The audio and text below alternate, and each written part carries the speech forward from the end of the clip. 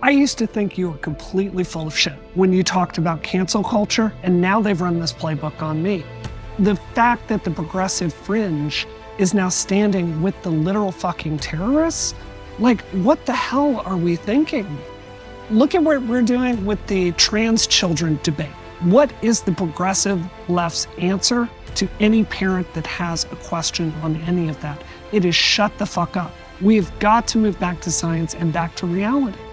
People perceive progressives as assholes. A decade ago during Gamergate, people thought the white male gamers were the assholes. I've got news for you. Today, it's trans Twitter, it's socialist Twitter, it's terrorist sympathizer Twitter, it's us. Brianna Wu, welcome to TRIGGERnometry. We've been working on this interview. We've got a bunch of questions to ask you, but first of all, lots of people told you not to come on the show. Oh my God, I announced this, 2 days ago, and my DMs have been nothing but people calling you transphobes and Nazis and racists.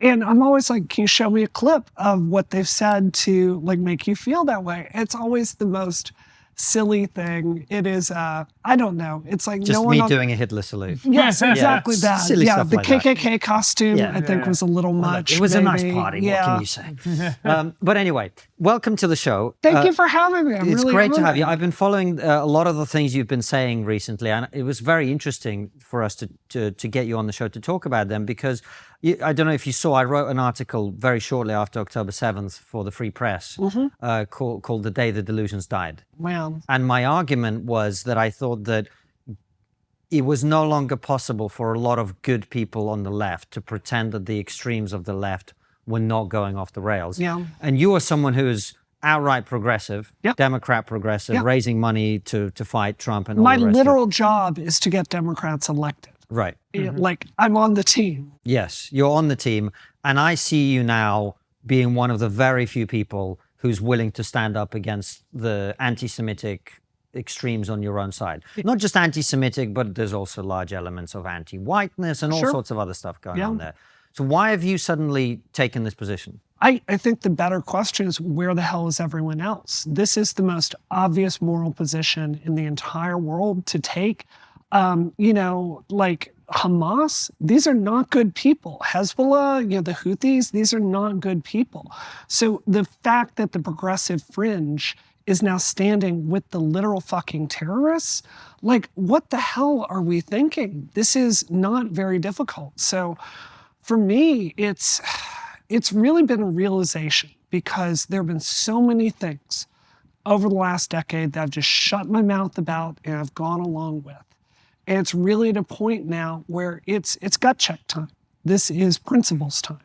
Whose team are you on? Are you on team democracy, or are you on team burn everything down? And it's been really disillusioning to see just how few people on my own side have principles. I always thought that what we were doing was about making the world better. And it's been very eye-opening to see it's actually about personal power. Well, I'm going to ask you a question that will sort of sound a little bit like an I told you so or anything, but it's not intended in that Sure. way. I guess a lot of people who are in our position, Francis and I both always thought of ourselves as liberal and on the left, and we worked in a very progressive comedy industry in the UK. And what happened with us is we said what you're saying now 6 years ago. Yeah. And we became, Nazi terror. And to far be right. fair, I was part of the crowd that was shouting you down and calling you those names. Right. And I'm sorry. No, well, you weren't shouting me down personally, but I'm talking about people like you saying that stuff. Right.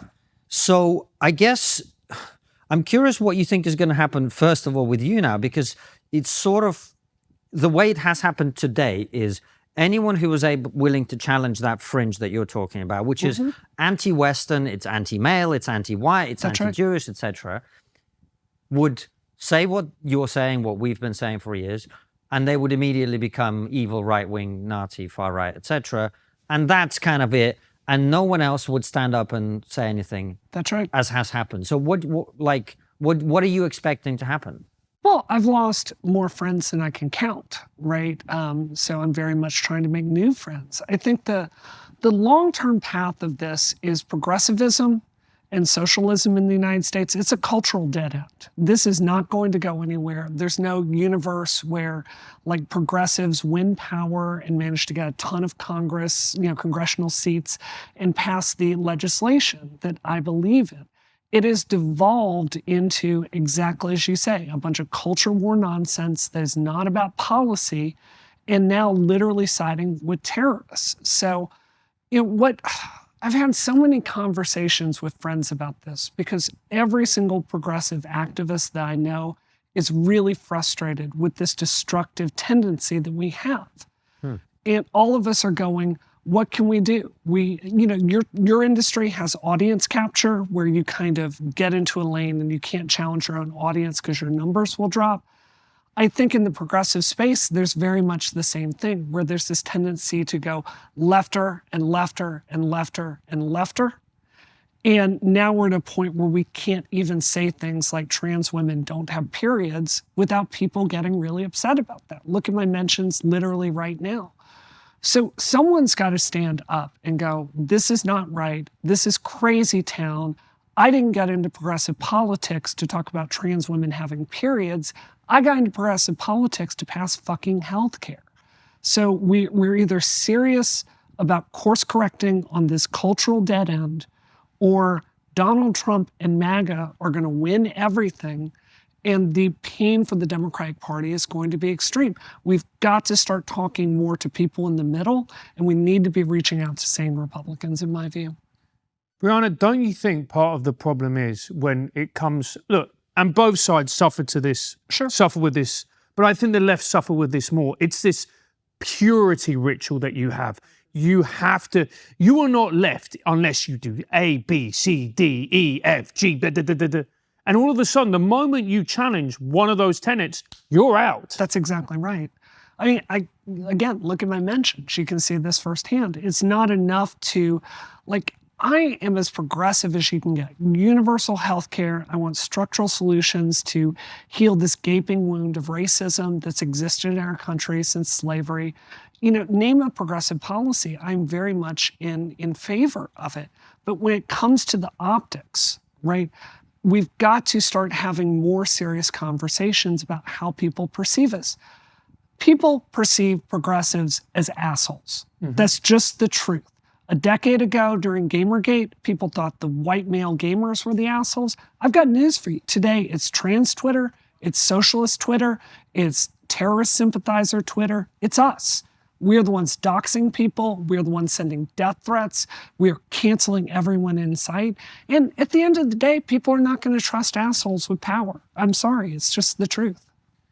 And you said at the start of this conversation something that I found very interesting. You basically said that you had reservations about things that had happened before October 7th. What were those things that you shut your mouth over? And the second part of that question is, do you regret it now, seeing what it's become? I definitely do. So let me give you a really specific example. When I was running for Congress in 2018, right, you had the Women's March, and you had elements of the Women's March that were out there with this pro-Palestine, anti-Jewish, anti-Semitic nonsense. Very anti-Israel and veering into the most anti-Semitic language that you could possibly have. That was wrong. I made the decision to keep my mouth shut, which was a tremendous error in judgment. And because people like me shut up in those years, it kept getting worse. And those seeds kept growing, and now it's basically taken over the entire progressive movement. I don't know if it can be saved in time. And you can go into any number of issues like, self-ID with trans people, or, I remember during Gamergate, there was this expansionist thing that it wasn't enough to talk about the number of women we were hiring in the game industry. Now we had to obliterate whiteness as something that we were featuring in games. And I'm like, it's a little bit extreme, but we'll go along with it. So it was just one more step after another. And now it's 10 years later. Look at where we are. We are completely unelectable. This strategy is failing. I suppose the question that I'm curious about, and I hear people on left and right saying this often, and I don't understand why they say it. So, and you did say it, so I'm curious to explore this. You called the culture war nonsense. It is. Well, you say it is. And I suppose it depends. What exactly do you mean by that, first of all, before I jump in with my opinion? We have different jobs, right? You are a public advocate and a public figure, and you have a very specific agenda that is pro-free speech, one I agree with. But my job is different. My job is public policy. My job is to get candidates elected, and my job is to back-channel specific bills to get them passed. Right. So in my view, as soon as you get something like family medical leave and you turn it into a right versus left culture war, you have automatically lost the conversation. No, I agree with you about it. I guess the reason I ask you, Bran, is that the way I see what's going on, and I'll lay it out for you the way that I see it, and you feel free to pick away at it, challenge, whatever, is here's my conception of the culture war as it happens. I feel that there is a determined, organized attempt to undermine the basic building blocks of our civilization. Yes. And those of us who are willing to A, see that, and B, say something about it, are called culture warriors. That's what people say about me, for example. Oh, he's just a culture warrior. And my view is, our culture is really important. Our culture is why we are where we are. Our culture is why we're successful. Our culture is why our civilization is rich and powerful and dominant around the world. Sure. Because of our culture. Yeah. So if people on the progressive left, and it is people on the progressive left, there are some on the right now too, in response, I think. If there are people who want to say that those building blocks are evil or wrong or bad, I think it's important to push back against that and to prevent them from succeeding. Yeah. That's how I see the culture war. So to me, defending our culture isn't nonsense. Does that make sense? Yeah. So if you're defining it that way, I'm 1,000% on board with you. I think there's a growing tendency on the progressive side to try to burn everything inside down. They're the mirror image of MAGA. They're accelerationist. They want to burn democracy, like our institutions, our news, everything in sight to the ground, right? They want to burn the idea of gender to the ground itself. This is not a way for a culture to survive. Like, they think the United States is the biggest evil in the world. Like, they just don't, do they not know what has happened in Syria over the last decade? Like, they just have so little information. So I fully agree with you there. What I'm saying is, if we are serious about public policy, it makes a lot of sense to stop treating everyone on the other fucking side like they're your enemy. We've got to get buy-in from more people. I think my theory of change from here is I think there are a lot of Republicans and moderates out there that think that the corporations are screwing over normal people, and they will stand with you on policies that address their actual lives. They're not going to do that if they've got to pretend all this crazy stuff is true at the same time. We've got to get buy-in from them. I think part of the problem, Brianna, and look, I'm going to be absolutely honest with you when my frustrations with the left is that I see the crazies on the left. Yeah. And I see the moderates, the people who I would listen to, the people I think, actually, you've got a real point here, particularly when it comes to economics. And then I'd see them not do anything with the nutters over there. And I'm like, well, here's the thing, mate. If you're not going to deal with the nutters over here, how are you going to deal with Apple? And we did this to MAGA, right? You had the Nazis marching in Charlottesville. My side said every single Republican is exactly the same as the Nazis marching on Charlottesville. That's exactly how we treated them. Why does the right have to keep their crazies in line and we don't have to do that? You're completely right. This is a double standard. I need help pulling this around, and I can't. I can't do this by myself.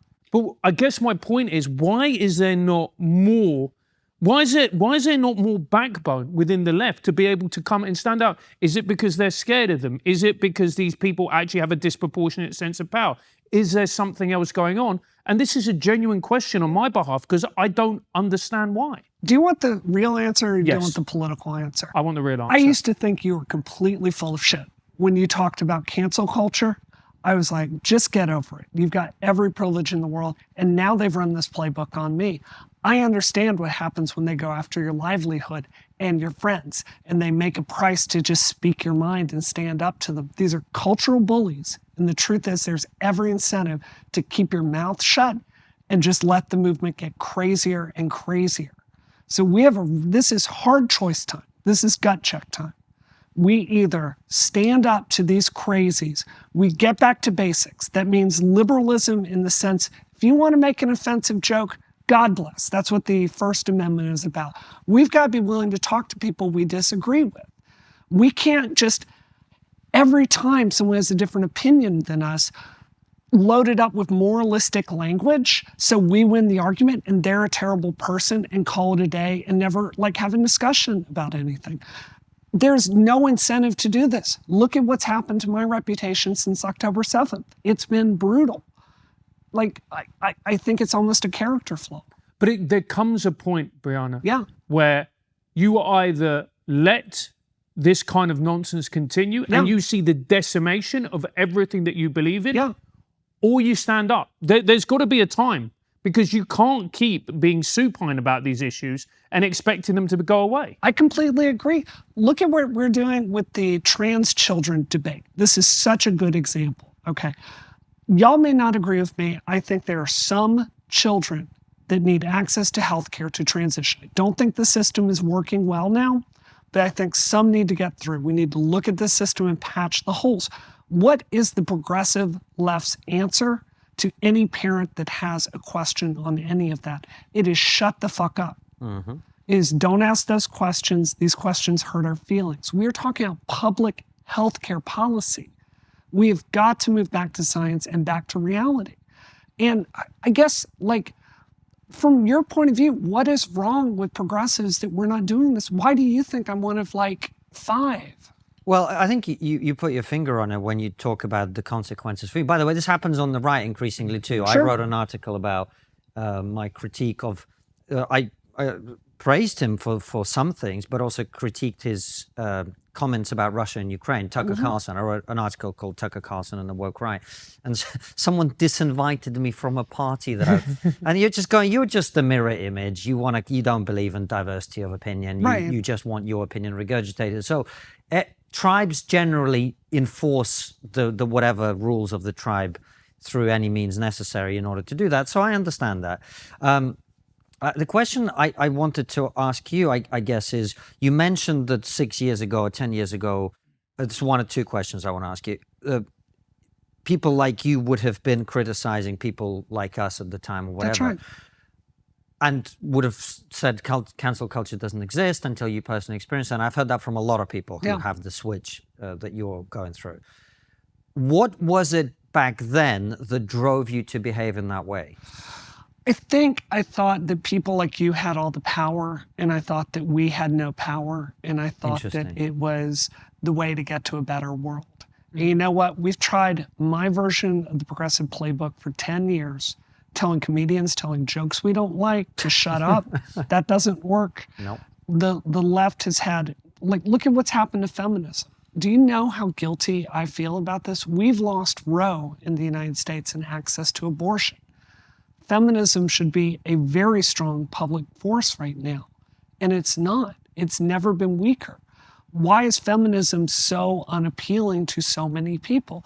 It's because rather than talking about real policy that will affect people's lives, like daycare for children, or working wages, or reproductive health care, or access to a gynecologist, we've defined it to these boutique, luxury nonsense culture war stuff. So normal women are out there going, this is just not relevant to me. So it's just it's. And the other thing feminism did as well is feminism is such a broad church. Sure. It's a hard word to use accurately, but once you start trying to convince at least some women that they're supposed to hate men, you're going to lose the audience very quickly, because women generally don't hate men. That's right. They want to build a life with a man and have kids and blah, blah, blah. I'm fond of my husband, so I agree. Yeah. As am I, even though I'm not a woman. Second question I wanted to ask you, and this sounds like a therapy session for me and Francis, and we've earned it. Sure. Yeah, after 6 years. After what you've done. I'm sorry. After 6 years of... No, but I will tell you the moment I realized that the left stopped caring about reality. That's right. It was 2016, no, it was 2017. And I saw Steve Bannon go from talk show to talk show to talk show to talk show. And all he did was explain how they won the election. Okay. And nobody listened. Nobody listened to what he was saying. Because the agenda was the only way these people could win is because they're racist and because they're evil and whatever. And nobody listened to what he was saying. And what he was saying is, this country is in deep trouble. This country is a place where people feel so alienated from the economic opportunities that used to be available to them and their families. They feel so alienated from, the general narrative about their country has now become negative, which is why the phrase "Make America Great Again" works, even if you don't like it. And I was listening to what he was saying, not from a perspective of like, oh, I'm so enthusiastic about this guy and his political leader being elected, but from the point of view of like, maybe there's something he's saying, having just won an election that nobody expected him to win, that people on the left need to take into account so that by the time the next election comes around, you've learned the lessons, you're addressing people's concerns, and now you can come in with your message of, how do we make America work for the working person? Like, that's to me the left-wing message. How to get America working for the working person. That's right. We'll get you back to the interview in a minute, but first... That, my friends, is the sound of another sale on Shopify, the all-in-one commerce platform to start, run, and grow your business. I know that building a business takes work. Look at my face, I'm exhausted. But the lovely thing about Shopify is that no matter how big you want to grow, Shopify is with you every step of the way. Shopify is a commerce platform revolutionizing millions of businesses worldwide. Whether you're selling handmade jewelry, art prints, or podcast merch like us, buy our merch, Shopify simplifies selling online and in person so you can successfully grow your business. Shopify even gets you selling across social media marketplaces like Facebook, Instagram, and TikTok. TikTok just makes me angry, I'm too old. So, if you're ready to get serious about selling, sign up for a £1 per month trial period at shopify.co.uk/trigger. Go to shopify.co.uk/trigger. And one more time for luck. That's shopify.co.uk/trigger. And now, back to the interview. We learned all the wrong lessons from the Trump years, right? The correct lesson that the left should have learned from Donald Trump was normal Americans that don't follow politics as closely as people like I do, have 5 newspaper subscriptions, look at the polls every day, talk to donors, all that kind of stuff. Normal people don't think the system is working for them and they want to break it, if you really want to get down to it. And instead, we believed this really comforting lie that half the country was lost and not worth talking to, and they were all racists, and they were disposable, and we stopped even imagining a way to live with one another.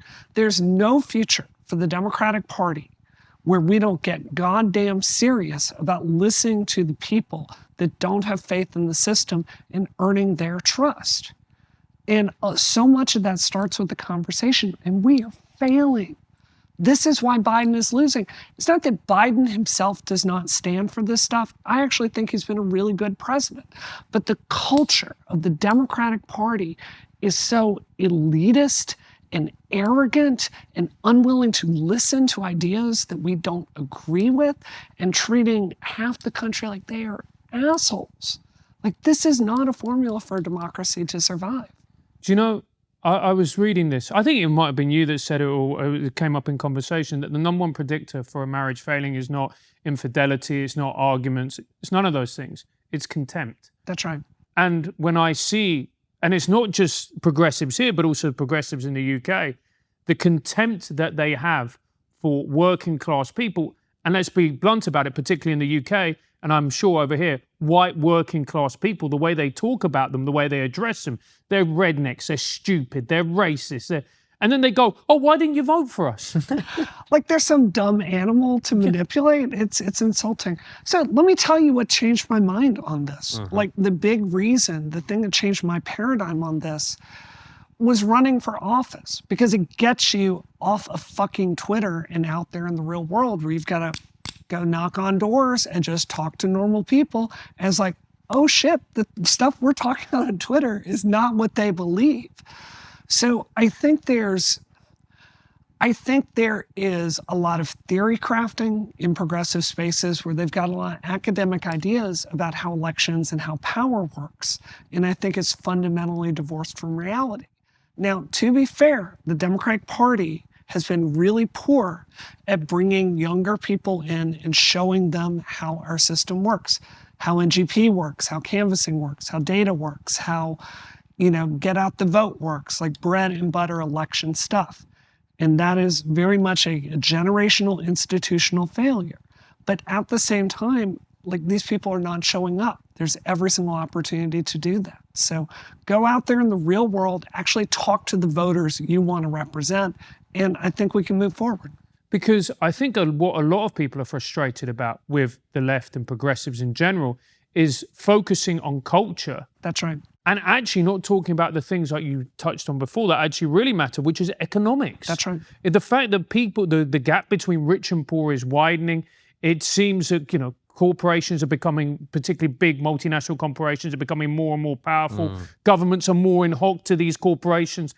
This is what the left should be doing. They should be challenging this. 100%. I think we don't understand how easy we could have it on the left. If we stopped this nonsense and we were a party that unapologetically stood for all those things, for working class people, I think we would take the country for 2 generations. And we just can't. So, do you think part of the reason for that, Brianna, is, and please correct me if I'm wrong, this is just stuff people say, I don't know if it's true, I'm just curious to explore it with you. The elite of the Democratic Party, it's probably true of the Republican Party to a large extent, but you'd expect that more, is in hock to the big corporations, the big tech. They're all working, colluding together. So I guess, what incentives do they have to take the correct position on all of this? I think this is the problem with power. I can tell you, when I ran for Congress, I spent 8 hours a day in a chair fundraising, like basically calling for money for my campaign. And, you are very beholden to the donors that bring you money. This is why a policy I believe in is public financing of elections. We have that in the UK. Does it work for y'all? Better than here, for sure, Yeah. It's like something's got to change. You're right, the incentive structure is just not there. And there's a lot of incentives for Democrats to say the right things, but when the votes come up on the House floor, to not do the right things. So in my estimation, y'all may not agree with it. I still think we're better than the Republicans, but I think until that changes, people are not going to change their assessment of us. And Brianna, you said that you think Joe Biden has been a good president. Yeah. And I know there's going to be a lot of people in the comments who are going to be, shall we say, politely disagreeing. Sure. Okay. Why is it that you think he's been a good president? So you talked about the value of institutions. I think at the end of the day, something I really value is our Justice Department working normally. I value our military having a clear chain of command. I don't know if you remember, but the State Department was changing hands. Rex Tillerson saying he had no faith. You had generals resigning under Trump.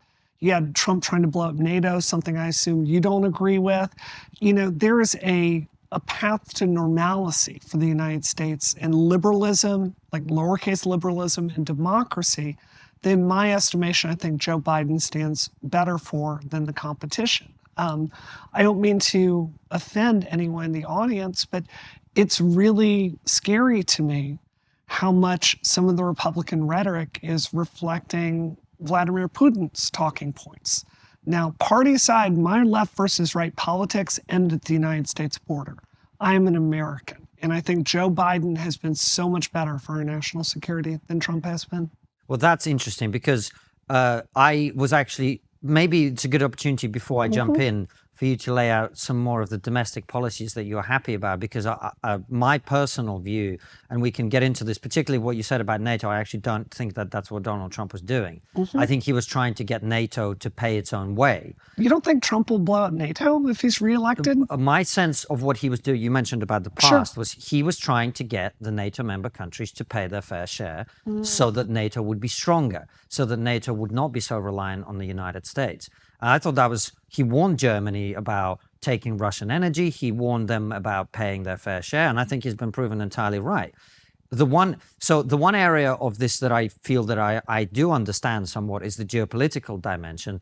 I think Joe Biden's been a disaster. Really? His pullout from Afghanistan signaled tremendous weakness, which is, I think, why you end up with Ukraine being invaded afterwards as well. So on the geopolitics, I wouldn't agree with you, actually. I think Joe Biden has been Can we go one at a time through these? Because this is important. So Afghanistan, how long have we been in Afghanistan? For 20 years, right? And I'm not going to do the thing. I know a lot of people on the left like to say, oh, Donald Trump agreed to this and then Joe Biden just executed. Fuck that. You know, Joe Biden's our president. He made the call. Are we supposed to, I did not support us invading Afghanistan the way that George Bush did it. I literally led protests for years. That was a situation with the Taliban there poised to take over. We had United States troops there for 20 years, basically keeping this. Are we supposed to keep them there forever? I mean, what are the alternatives? So what I'm saying is not so much, I agree with you. The United States would have been better off destroying Al-Qaeda without staying 100%. There forever, right? The Taliban would always come back anyway. However, the way the pullout was done is the issue. Sure. It signaled that it wasn't that America left, it's that America abandoned its allies. I hear what you're saying. And that sent a message. Yeah. It sent a message that resonated around the world. The word that America gives you is not worth the paper that it's written on. That is a very fair criticism. And when you pull out on that basis, what you signal to others is, well, are we Taiwan's ally? Sure. Are we Ukraine's ally? Or are we just saying that? And do we have the resolve to back our allies when push comes to shove? And what's happened consistently has been, whether that's Afghanistan, whether that's Ukraine, probably Taiwan also, is the United States talks a good game. That's right. But it doesn't actually do the things it needs to do. So on the geopolitics of it, my own Can I respond to that, actually? Yeah, of course. So I think that is a very fair criticism. It broke my heart to see the Taliban flag flying over a United States airstrip as that happened. Anyone that loves their country and loves democracy and loves Western values, that was a really hard day. At the same time, I think if you're talking about why is the United States perceived as weaker than we were, there have been a lot of really good democratic policies. I think Operation Infinite Resolve in the fight against ISIS in the Obama years was excellent. We've never had a national conversation about how aggressive and excellent Obama was at taking on ISIS and pushing back on this.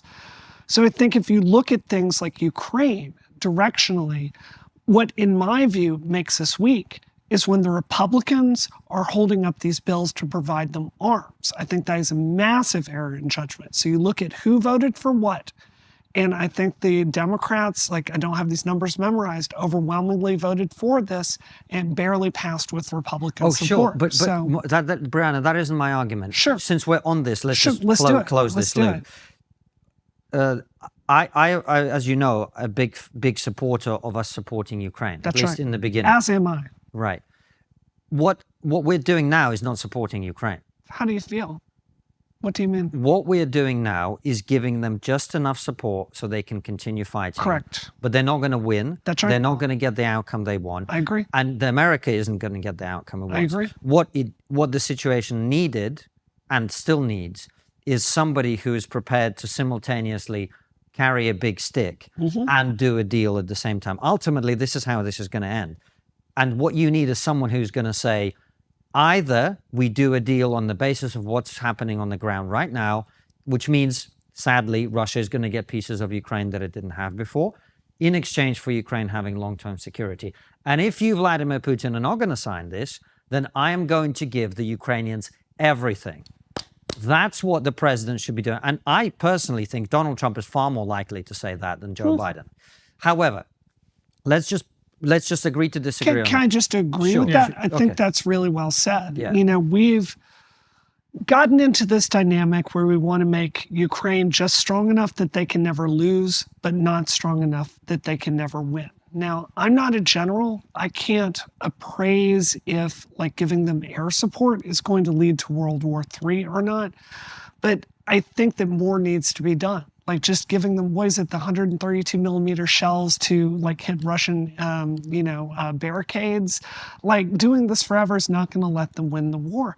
We've just decided this lukewarm support. So I think your assessment of this is dead on. I guess my point is on that issue is I don't think it's the Democrats are going all out for Ukraine and the Republicans are stopping it. It's more like Democrats are doing a terrible job. And the Republicans are torn. There's a part of the Republican Party that wants Ukraine to win and would help much more than they're currently doing. Sure. And there's the other, what I call the more woke right, so to speak, who are, they're anti-Ukraine because they're anti-Western elites. That's kind of their worldview. Do you think they're compromised in some way by Russia? No, I think they're compromised by the derangement. They've been staring into the abyss. Sure. They've been looking into the progressive abyss for so long. They're now thinking like progressives in their head in many ways. I hear what you're saying. I mean, I guess I'm just old enough to remember when we were able to stick together on national security issues. I hope that comes back. I do too. Yeah. Okay. Let's park that because I feel like we're ahead. moving away from the core of the things we've been talking about. You go ahead. Yeah. So I was going to say the one thing moving towards domestic policy. Sure. One of the major criticisms that Republicans and ordinary people are going to have, and please explode any myths, is when it comes to the border. There's a lot of people in this country who are very upset, ordinary people, very angry. They're looking at things like people coming in undocumented. There's crime that's been spiraling. There's, the fentanyl crisis. And they're thinking to themselves, what the hell is going on with my country? I fully agree with you. I am a Democrat that wants the border taken far more seriously. Like sex trafficking across our southern border is horrible. I urge you to go read stories about this. It is a nightmare. You cannot be a feminist and want the status quo on all of this. Drugs coming through. I'm sure you saw the viral video a while back, the woman like with her children under the barbed wire and all that. It is completely normal for a country to need a secure border. And I don't understand why Democrats don't take this exponentially more seriously. We can have a conversation about, visas to let people in. We can have a very high number of people that we let in, but we got to secure the border. And I think it is eminently fair to say the Democrats have failed at this. And you say you don't know, but to me, it seems utterly perplexing because it doesn't. I just look at it and I go, unless you've drunk the progressive Kool-Aid, so we just say, for want of a better word, so much that you think open borders are racist. Yeah, no human is illegal. Which was a piece in the Times, by the way. Like, I couldn't believe that. But apart from that, how can you justify it? How can you justify it when you look at the number of fentanyl deaths in this country? Again, do you want the real answer or do you want the political answer? Let's go. All right. Here's the real answer. Democrats don't have balls to stand up to the nut jobs. That's the real answer, because you get called a racist and you're afraid about losing the Latino vote. And, it is in Can I just push back on that? Ahead. As somebody who is half Latin American, whose mother is from Venezuela, I can guarantee you Venezuelans in this country who came here legally, who pay their taxes, who work hard, just like Cubans, just like Puerto Ricans, they're even more pissed off about this because they're like, hang on a second, I jumped through all the hoops, I did all the paperwork, I paid my money, I paid my taxes, and I could have just walked in? Sure. I'm not saying it's a correct assessment. It's a deeply incorrect assessment, but that's the reason for the fear there. Right, I see. So, but wouldn't that be, if we're talking about Joe Biden being a good president, sure, wouldn't you agree, if you disagree with what's happening on the border, that at least on that issue, he's been terrible?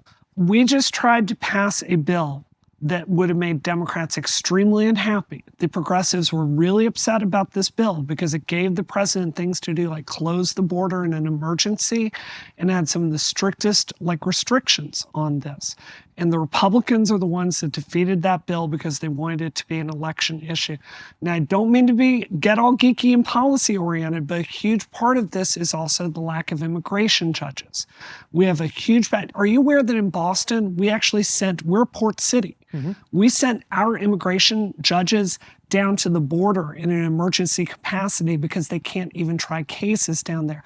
I don't care if you're on the right or the left or open borders there. We should all agree that if you come across the border, you should have a legal process to figure out where you need to go. We don't have the system for that. So no, I don't agree with that. Do you not? No, I don't. I'm a first-generation immigrant to the UK, and my view is nobody should be coming into the country illegally. Sure. Right? So we shouldn't be sending Boston immigration judges to the south because they shouldn't be necessary because the border should be closed. That's what I'm saying. I think that's what most people expect, really. Look, I want this situation handled. I will vote for it. I would vote for any candidate that took that seriously. It's a mess. Democrats have our head on the sands on this. This could make us lose the election if we don't wake the fuck up and take it very seriously. And there's a leftist argument for this. There's a leftist argument for doing all of this. There's so much crime and trauma that happens by these cartels doing this stuff. The fentanyl crisis is 1 billion times worse because of this. There's no excuse for this. Okay, so just carrying down the thread then, give us some things you think Joe Biden has done that have actually been good. Domestically, let's say. I think the inflation situation, every country in the entire world is dealing with inflation. Yep, of course. And I think that we've actually gotten the United States economy much further back on track. I think our inflation has come down much better compared to the rest of the world. I think on coronavirus, I think people forget just how much getting vaccines out to people was mismanaged under Donald Trump. He did an A+ job at getting that system in place and getting vaccines available for people. Reopening schools, I think he did a really good job on that. So I think there's a lot of domestic policy he's actually excelled at. So I'm going to ask you a question, Please. which is not particularly pleasant, but it needs to be said. Go for it. I very much admire you for coming on the show, Brianna. Sure. And I very much admire you for taking tough questions, fielding them, and dealing with them in the spirit that they're meant. I'm going to be honest with you.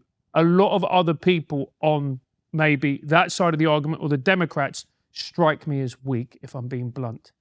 If your biggest fear is being called a racist, Sure, or being said that you're whatever else, then you shouldn't be anywhere near power. I'm sorry. You're a leader. You're there to make tough decisions, and people are going to say nasty things about you. Tough. You want the position, you've got to deal with that. This is why I've been in progressive politics for the last decade. I wanted a Democratic Party with some balls that would stand up on all these things.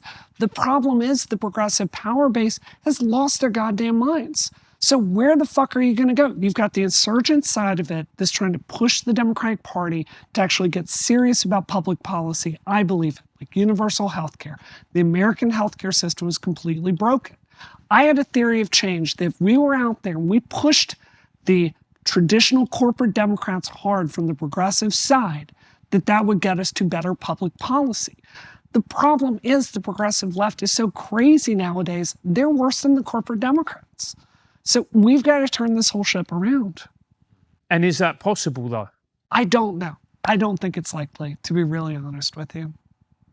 So what does the future look like?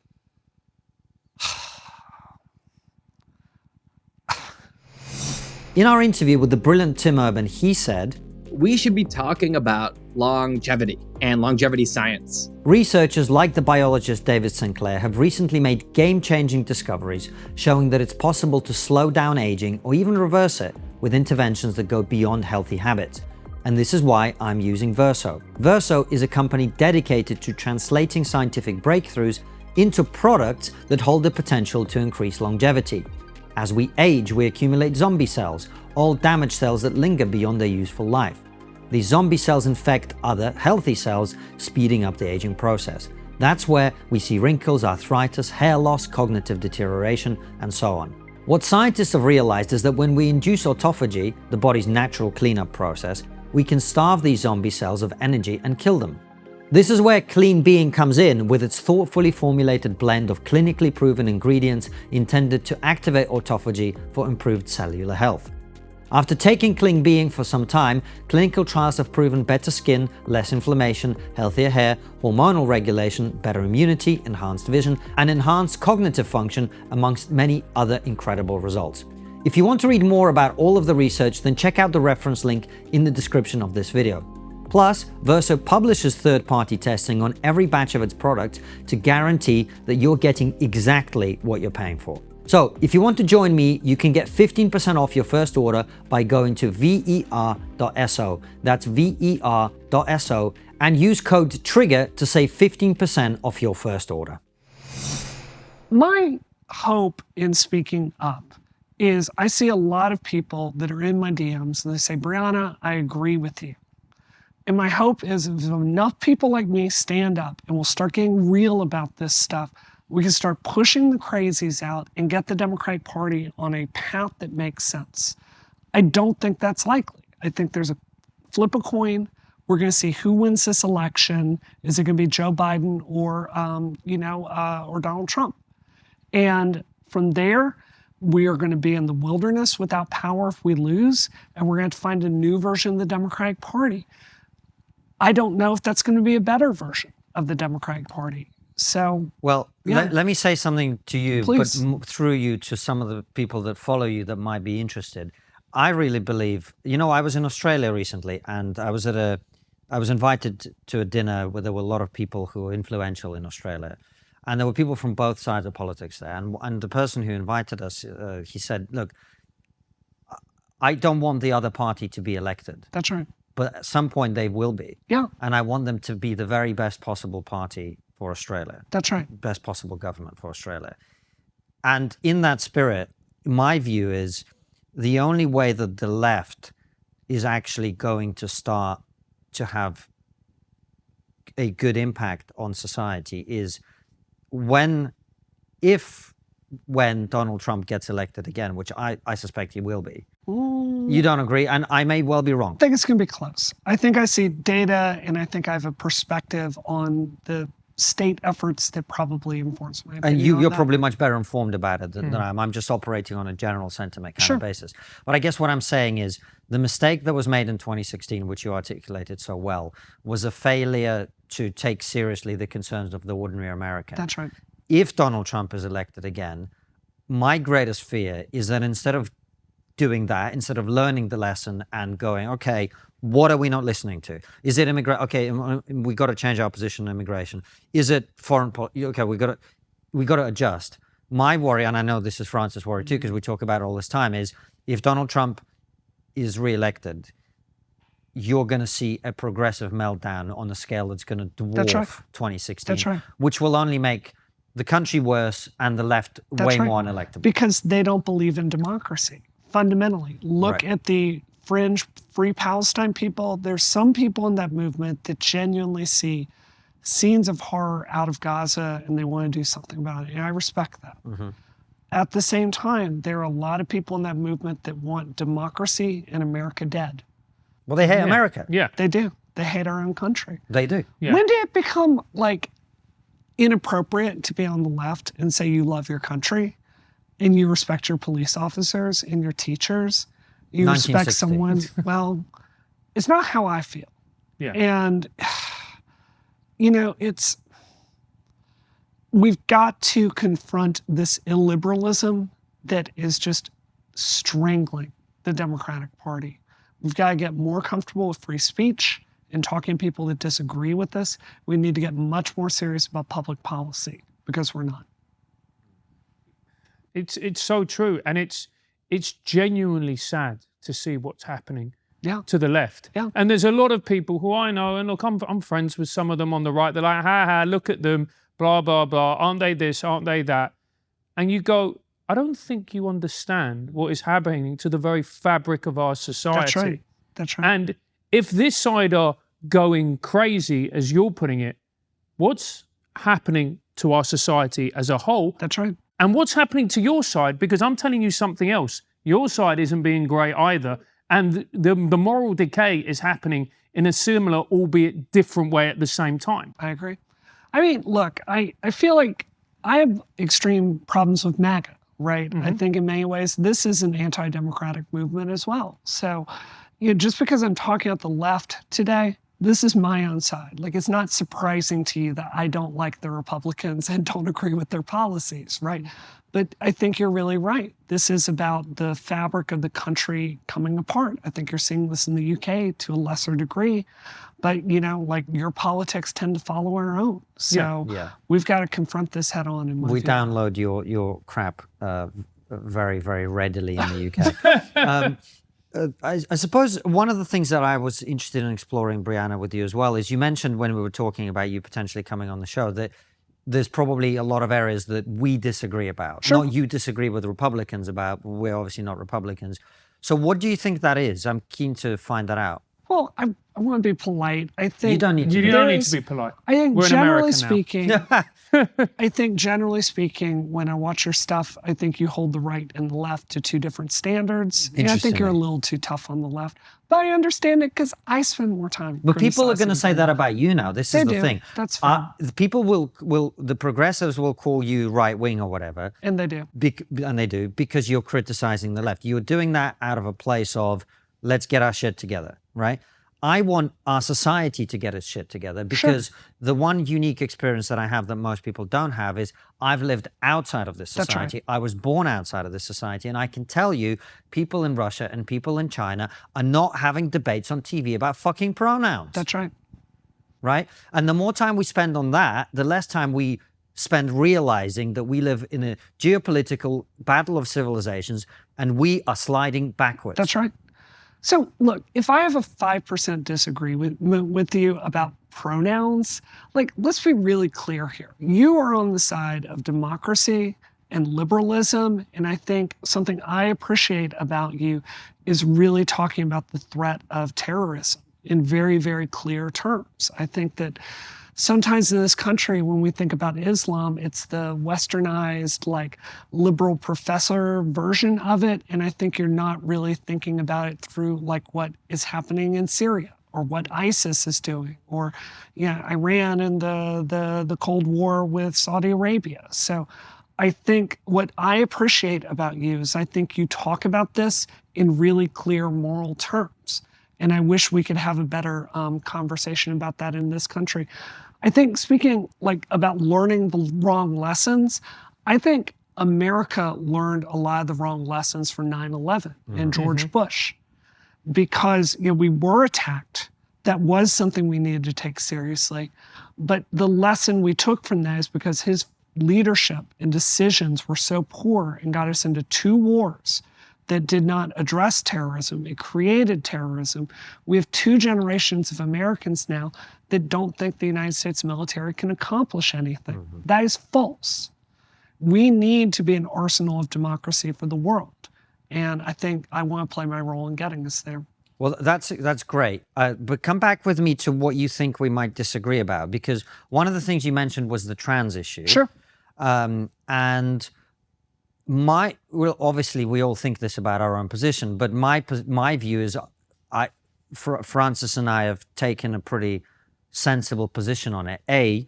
To have a broad range of perspectives on. We had a trans woman on the show very early, the first person with whom we raised this issue, who absolutely hates our guts now and whatever. Who is it? Can you India say? Willoughby. Oh, okay. And we had... She's a friend. I like her a lot. And we had other people who had different perspectives, everyone from Buck Angel, who I know you know, to people who are very critical of certain things. And I thought that their criticisms in some ways was excessive, but in other ways really important. Sure. And the place I think we've both landed in is the place kind of to some extent we started in, which is adults should be able to do what they want. Great. Children, however, are not capable of making informed decisions about the future because they're children. Sure. And should therefore be protected from medicalization. Sure. And there's quite a lot of evidence that a lot of children who go down the transgender path are actually not transgender at all. They're either gay or they're autistic or both or bullied or whatever. And I don't think cutting bits off those children is the right position. To be clear, you can't get surgery until you're 18, as I understand it. Cut the You can bits get off. puberty blockers. Yeah, I'm puberty blockers. Right, that's pretty But that's not cutting the bits correct, off. fine. Let's take that. Medicalizing confused children is something I'm against. So, look, this is going to get me canceled by trans Twitter, but something that's changed in the last 10 years is we've really redefined who is trans, right? Yeah. It used to be people that medically transitioned. You went through the Benjamins, and then there were the WPATH standards, and some reasonable stuff. Go read it. Go to a therapist for 3 months, get on hormones, have real life experience out there, get surgery like a year later, right? Not a crazy gauntlet to go down. We've expanded all of these things in really extreme ways now. There are people in the trans movement that, hand to God, really believe in self-ID. Like, you should just be able to say, I'm this gender, and that has legal consequences for what spaces you can enter. Yeah, this is crazy, right? I don't understand this non-binary stuff. I have friends that are non-binary. I think they're going through something real.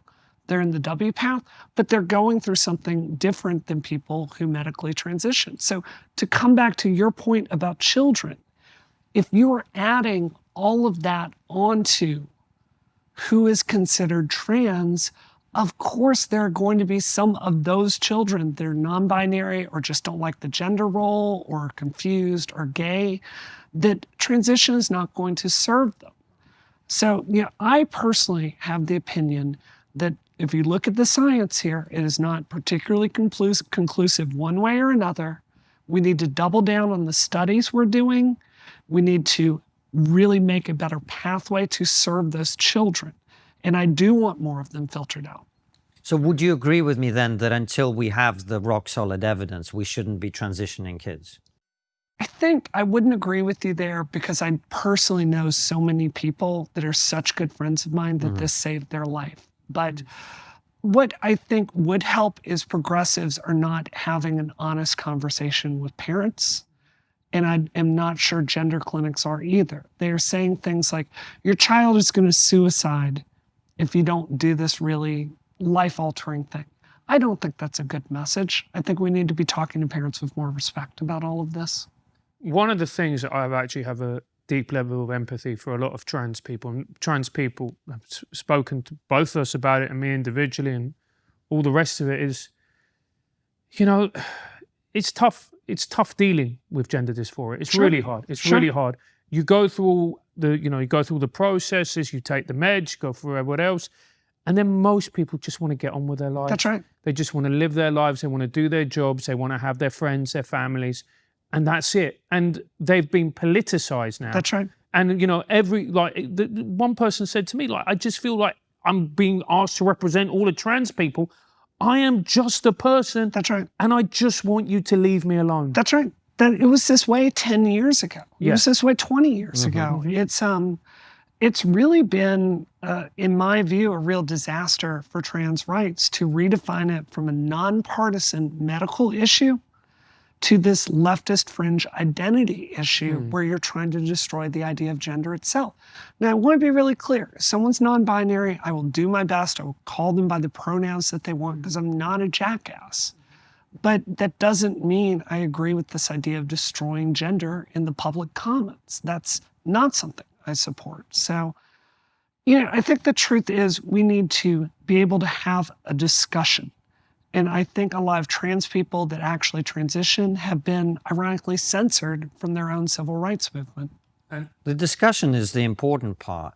And this is where the progressive taboos, and they really are progressive taboos, they have to be broken apart. I agree. We have to be able to talk about the data, the evidence, without, you're denying trans people's existence and all of this other nonsense I agree. that got made up. Did you read Emily Blaslon's, I don't know how you say it. It was a really great piece in the New York Times called The Battle for Gender Clinics or something. It was about children transitioning. I was so upset about this because it was such a deeply reported, amazing piece that was overwhelmingly pro-trans. And was talking about the history of children transitioning and what the reality was in these gender clinics and the pros of it and the cons of it. And what did trans Twitter do? From open discussion from a reporter that was very, very sympathetic to that cause. They canceled her. They went after her in very personal ways. She had to step away from Twitter. It was absolute hell for her. If trans people cannot even let the New York Times write an article that is pro-trans healthcare and act like adults, I don't know how they're going to win over normal people. Brianna, do they want to win over normal people? I think some do. I don't think a lot of the new ones do. No. No. And to me, that's a real problem. I They're agree. more interested in being right I than agree. winning people over. I agree. And There's when, a lot of that going around, to be fair. yeah. And when you're in that position, I mean, that's a pretty terrible position to be in for everybody. I agree. It's so discouraging. I mean, for me, I'm 46. I remember when trans was Jerry Springer in this country. I don't know if you know who that was. And to think about that as Jerry. To Yeah. think about that era as just a healthier discussion. It's terrifying to It's think amazing how about. we live in a world where Jerry Springer was a healthier discussion. Tell me I'm wrong. Just Tell bring me about I'm 10 wrong. crazies onto the stage and Yeah. make them fight. That was healthy. Yeah, and This then it got is- broken up. This is what I was thinking about. Like in the Jerry Springer era, like a trans woman being married to a man was salacious. And today it's boring because Yeah. half of trans Twitter is in their polycule with 5 non-binary people. Like it's insane. So you mentioned the election that's obviously looming in the future. You seem to think it's going to be close. You don't Yeah. know. You're not making a call either way. Well, let me tell you why. So elections do not come down to vibes. They come down to get out the vote. So what I mean by get out the vote is you build a relational database of contacts that you have from canvassing or relational organizing, which is you literally pay people to go contact 100 of their friends on Facebook and make sure they'll get out and vote. And the Democrats' data strategy this time around has actually been pretty good. So when I'm looking at the infrastructure we are building for the ground game in these swing states, I actually feel pretty positive about it. So our messaging, I think I would give a D- to. Joe Biden's ability to go out and make a coherent vision for the country, I would give an F to. But these like bread and butter tools to win an election, I actually think we're doing much better than Trump is. Brianna, I've got to ask this question. Sure. He's too old, isn't he? Yeah. This is why I didn't vote for him in the primary, like in 2020. What is going on when we have Trump or Biden? What is going on with the system? You've got this amazing Do you country. think I can defend this? One of my closest friends, Cenk Uygur, ran for president because he saw this and believes Biden can't win.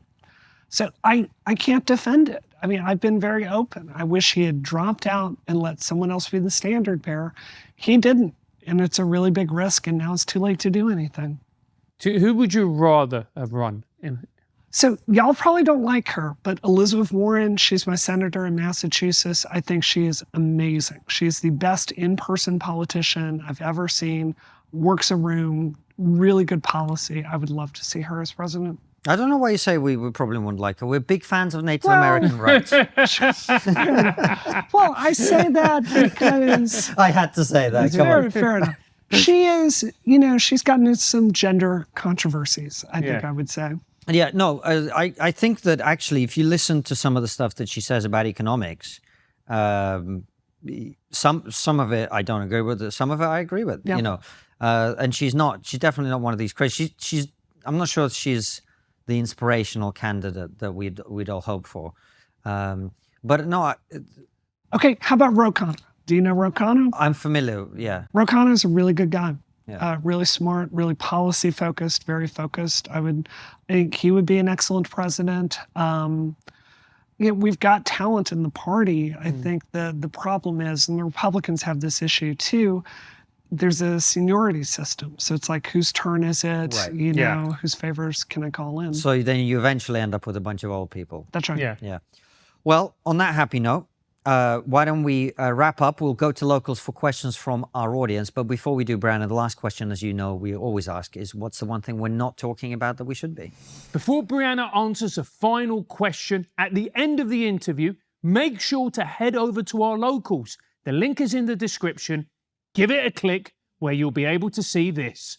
What argument does the right make that you agree with, but the left will never accept? What does Brianna think of wokeness in games such as D&D? It's so clear after October 7th, this isn't even about equality. It's about some people want power. What's the one thing we're talking about that we're not talking about? I think that something really scary is going on with young men. I saw this during Gamergate, and one of the mistakes I feel I made during Gamergate was treating these young men as if they were monsters. And I think the truth is we have 2 generations of young men that are looking for a path, and they're lost and they're lonely. And Andrew Tate is talking to them in terms they understand, and the Democrats are not. So I think that, just talking at the direct, we didn't get a chance to do this today.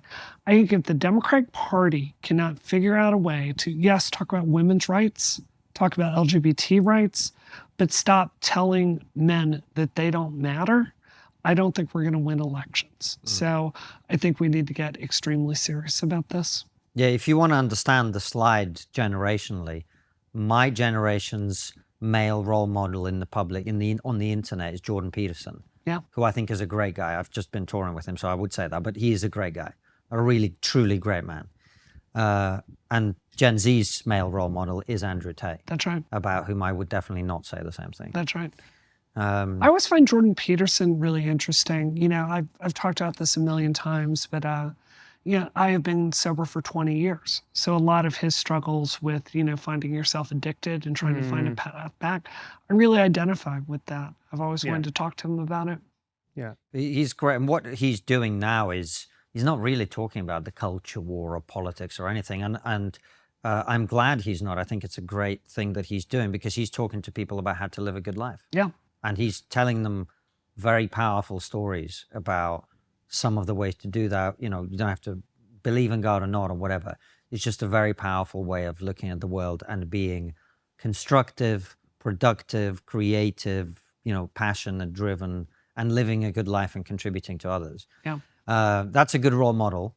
But I think that the fact that the next generation is leaning in a different direction tells you quite a lot about what young men are dealing with, what they're being told about who they are, what their role is in the world, and the way the economy is changing and all of that. So I think it's a it's a really hard time to be a young man. I was, my husband, I've talked to him about this so much, like what it was like for him growing up and learning to be a man. Yeah, there were culture, there were institutions there a generation ago. I don't think those exist today. I think we're throwing our young men online. I think they're not learning to interact with people in the real world. I think they're lonely. I think they're horny, and I think they're lost. We've talked a lot about how democracy survives from here. How can any country survive without young men and a path? Like, it can't. So, I really wish the Democrats would make it a project to find our public figures that can talk to those young men in honest ways and try to bring them in and come up with some public policy to make their lives better. All right. Well, the 3 Democrats who were listening, thank you for being around. Take that to heart. And head on over to Locals, where we ask Brianna your questions.